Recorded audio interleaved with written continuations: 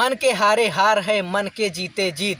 नमस्कार, स्वागत है आप सभी का एक बार फिर से। मैं संजय कुमार पटेल आज आपके लिए बहुत ही शानदार कहानी लेकर आए हैं। एक बार एक व्यक्ति को फांसी की सज़ा होती है। उसकी फांसी की सज़ा नज़दीक आने वाली होती है तो कुछ मनोवैज्ञानिक ये सोचते हैं कि चलो इसके ऊपर कुछ रिसर्च किया जाए। तो जब उसको फांसी होने वाली थी उसके कुछ दिन पहले वो मनोवैज्ञानिक उसके पास आए। तो वो मनोवैज्ञानिक उसके पास जाकर उसको एक ऑप्शन देते हैं। उसको बोलते हैं कि देखो भाई, तुम्हें फांसी की सज़ा तो होनी है, ये तय है कि इस डेट को तुम्हें फांसी की सज़ा होनी है, लेकिन हम तुम्हें एक ऑफ़र दे रहे हैं। ऑफ़र ये है कि जब तुम फांसी से लटकोगे तो हो सकता है तुम्हारी जान 5 मिनट 10 मिनट कुछ देर में जाए और तुम्हें दर्द बहुत होगा क्योंकि तुम तड़पोगे, लेकिन हमारे पास ये ऑफ़र है कि तुम्हें हम उसी दिन फांसी की जगह पे सांप से डसवा देंगे। उससे क्या होगा, 2 सेकंड 3 सेकंड के अंदर ही तुम्हारी मौत हो जाएगी और तुम वो 5 मिनट 10 मिनट के दर्द से बच जाओगे। तो अब तुम्हारे पास ऑप्शन है, तुम फांसी से चाहे मरना चाहो उससे मर सकते हो या फिर सांप से। तो वो आदमी सोचता है कि बात तो ठीक है, अगर हम फांसी से अगर मरेंगे तो दर्द भी होगा, टाइम भी लगेगा, क्यों ना सांप से ही डसवा के मर जाएं, उसमें पता भी नहीं चलेगा और तुरंत मौत हो जाएगी। मौत तो हमें होनी ही है, इस डेट को हम मरेंगे ये तो तय है, उसमें कोई उसको रोक नहीं। तो क्यों ना सांप से ही डसवा के मर जाएं। तो उन लोगों को बता देता ठीक है, हम सांप से डसवाने के लिए तैयार हैं। तो वो दिन भी आता है जिस दिन उसको फांसी होनी थी। उस दिन क्या किया जाता है, उसके सामने 10 मीटर की दूरी पर एक आदमी को खड़ा करा दिया जाता है जो सांप लेकर खड़ा रहता है। वो देख लेता है कि हाँ, ये आदमी सांप लेके खड़ा है और उसके बाद उसको बोला जाता है ठीक है भाई, अब इनको डसवाओ।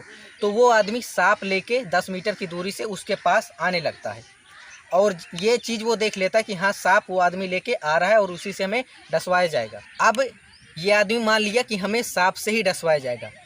उसके बाद जैसे ही वो आदमी आता है और 1 मीटर उसके और आदमी के बीच में डिस्टेंस रह जाती है तो मनोवैज्ञानिक उसको साइड में कर देते हैं और उसके बाद एक आदमी को 2 पिन दे देते हैं, 2 पिन, और उसी 2 पिन से वो उसके पैर में चुभो देते हैं।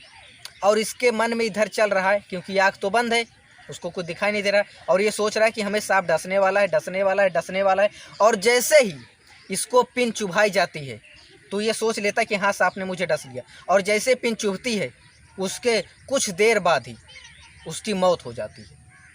उसके बाद मनोवैज्ञानिक उसको जांच के लिए डॉक्टर के पास ले जाते हैं। डॉक्टर जब जांच करता है तो वो भी खुद हैरान रह जाता है क्योंकि उसकी मौत पिन चुभोने से नहीं हुई थी, उसकी मौत उसके अंदर जहर पाया गया था। वो जहर जो किसी को सांप काटने के बाद पैदा होता है, वो जहर उसके अंदर पाया गया। अब ऐसा क्यों हुआ? ऐसा इसलिए हुआ क्योंकि हमारे माइंड में 2 पार्ट होता है, 2 हिस्से। एक होता है कॉन्शियस माइंड, दूसरा होता है सब कॉन्शियस माइंड। जब कोई चीज़ हमारे सब कॉन्शियस माइंड में बैठ जाती है तो वो हमारी रियलिटी बन जाती है।